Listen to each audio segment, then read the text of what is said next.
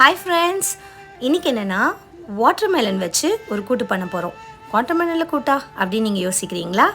ஆமாங்க, இப்போ ரொம்ப இந்த சம்மர் சீசனுக்கு நல்லது. நிறைய பேர் இந்த மாதிரி வீடியோஸ் போட்டுட்ருக்காங்க, நம்ம பார்த்துட்டு தான் வரோம். ஸோ அதை வச்சு என்னென்ன பண்ண போகிறோம், எப்படி கூட்டு பண்ண போகிறோன்னு பார்க்கலாம் வாங்க.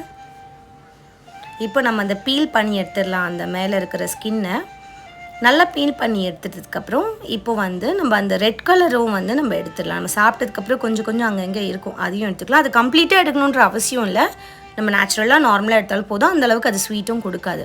ஸோ இப்போ நல்லா நம்ம ஸ்லைஸ் பண்ணி க்யூப்ஸாக குட்டியாக கட் பண்ணி எடுத்துக்கலாம். வாங்க, ரெடி ஆகிடுச்சு. இப்போ நம்ம எப்படி கூட்டு செய்கிறதுன்னு பார்க்கலாம். ஒரு பெரிய சைஸ் ஆனியன் எடுத்துக்கலாம்.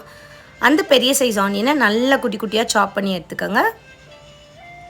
உண்மையாகவே இந்த கூட்டு இப்போ இருக்கிற சீசனுக்கு ரொம்ப உடம்புக்கு நல்லதுங்க. 2 தக்காளி எடுத்திருக்கேன். சின்ன தக்காளியாக இருந்தால் 4 போட்டுக்கோங்க.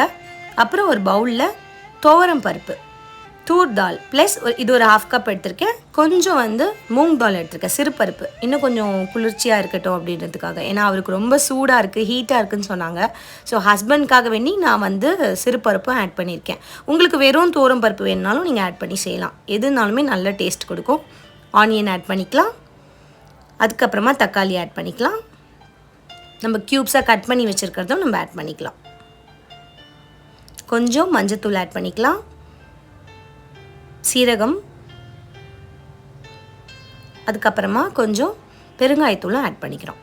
பருப்புலாம் ஆட் பண்ணுறதுனால பெருங்காயத்தூள் கண்டிப்பாக நம்ம சேர்க்கணும், அது ரொம்ப நல்லது. 2வது ஸ்மெல்லும் நல்லா கொடுக்கும்.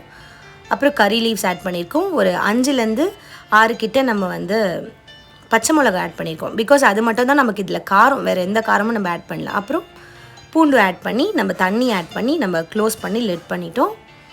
இப்போ தனியாக ஒரு குட்டி பேனில் மஸ்டர்ட் ஆயில் ஆட் பண்ணியிருக்கோம். கொஞ்சம் மஸ்டர்ட், அதுக்கப்புறம் ரெட் சில்லி, அதுக்கப்புறம் கறி லீவ்ஸ், அப்புறம் பூண்டு ஆட் பண்ணியிருக்கோம். லாஸ்ட்டாக கறி லீவ்ஸ் ஆட் பண்ணியிருக்கோம். அவ்வளோதான், டெம்பர் பண்ணியாச்சு. இப்போ இது ரெடி ஆகிடுச்சான்னு பார்க்கலாம். இது ஒரு 4லேருந்து 5 விசில் விட்டுருக்கேன்.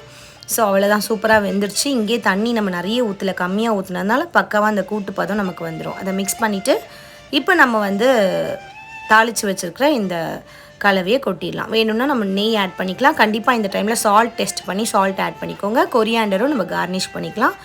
சாரி, அந்த கொரியாண்டர் போடுற வீடியோ நான் எடுக்கல, மிஸ் ஆகிடுச்சு.